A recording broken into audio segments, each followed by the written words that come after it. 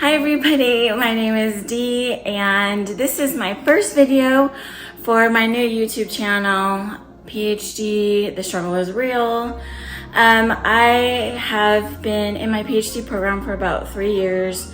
It's online. My first year I was part-time, second year I was full-time, and second and third year full-time, while working full-time, which has been rough. But I thought, you know what, I think I'm gonna document my dissertation journey. So I have 15 courses in my program. I'm currently taking course 13 and 14. So they're 8-week classes. So I'm taking ethics in technology and advanced qualitative research. And so I am just in week 5 of 8. And the coursework, papers, research is very daunting and exhausting.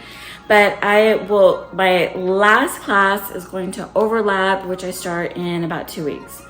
And so today is June 16th. It's about 10:19 p.m. And I decided, you know what, I'm gonna take you on a journey. For those of you who are considering doing a PhD, or maybe you just started your PhD, wherever you are, or you just want to watch because it's interesting. Hopefully I'll be graduating May 2028, starting my dissertation this fall, August 2026.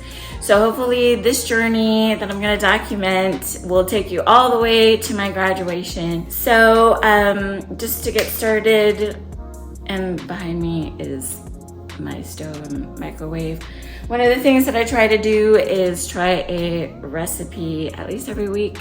So this recipe I'm gonna try tomorrow. Maybe I'll record a little bit of that. But so a couple of tips if you're considering doing a PhD. Number one is have a general idea of what you want to research. So when I applied to the PhD program, which is online with Liberty University, I already had an idea that I wanted to do something for teachers, and I wanted it to be centered around training, professional development, something around that. And my very first class, my professor, because I made an appointment to meet with her, and she recommended that I start really trying to flesh out my topic, because she said as I have research assignments in my courses and as I research, I can be researching towards that topic.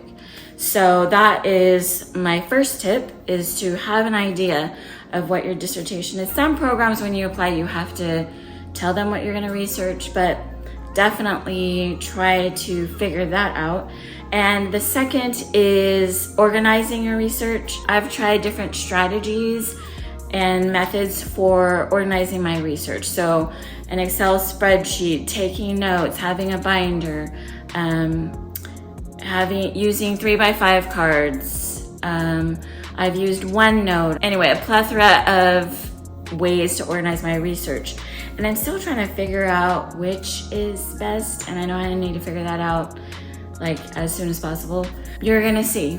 So you're gonna see how I figure out how to organize my research. And so the reason why that's important is because the class that I took right before these two currently this summer was helping me with my literature review. At the end of that 8-week class, you needed to have at least 35 really strong journal articles, peer-reviewed journal articles written in the past 5 years, right? And so even though I probably read like 70, I have in that 8-week period, in addition to the textbook and other materials that we had to read, which is why I was saying it's so stressful.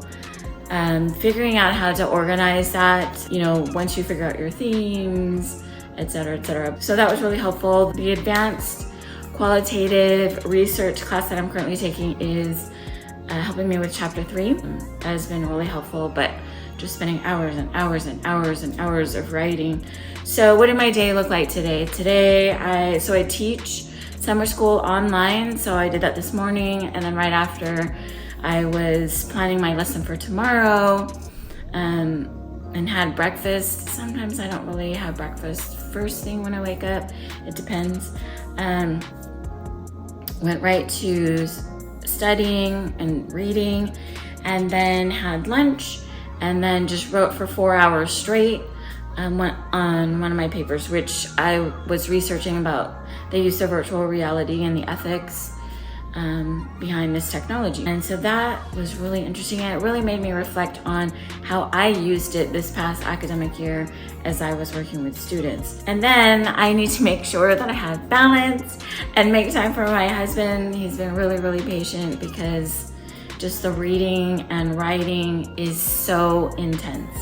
I can't even begin to really describe the intensity. So we had dinner, and then we played Play 9, and then I helped cut his hair, and now it's the evening time. So I will probably most likely be organizing my day for tomorrow, just writing out my plan, which my cousin Linda, love you Lynn, she's a professor in Hawaii. She would keep these sticky notes, and she would have her to-do list. So something similar. So I have my calendar, my planner, and then I also have sometimes a sticky note or a 3x5 card, depending. And I will sometimes separate what I want to do, my checklist for what I want to do personally, and then what I need to do for school. But I will show you all of that. So it's gonna be hopefully an interesting journey for the next 2 years. As I said, it's June 16, 2026. I start my dissertation in August, and we're gonna take this journey together. So, I do want to also let you know, which something I'm really excited and proud about, is I do have A's. I am trying to graduate with high distinction, which means I need to have a 3.95 GPA.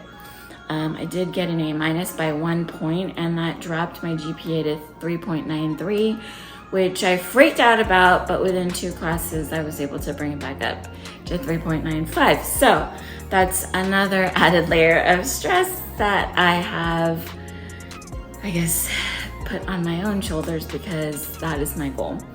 But anyways, it's gonna be hopefully a fun journey. It's gonna be raw, not too sexy, because you're just gonna see me how you see me, and I'll show you my desk and how I have everything organized.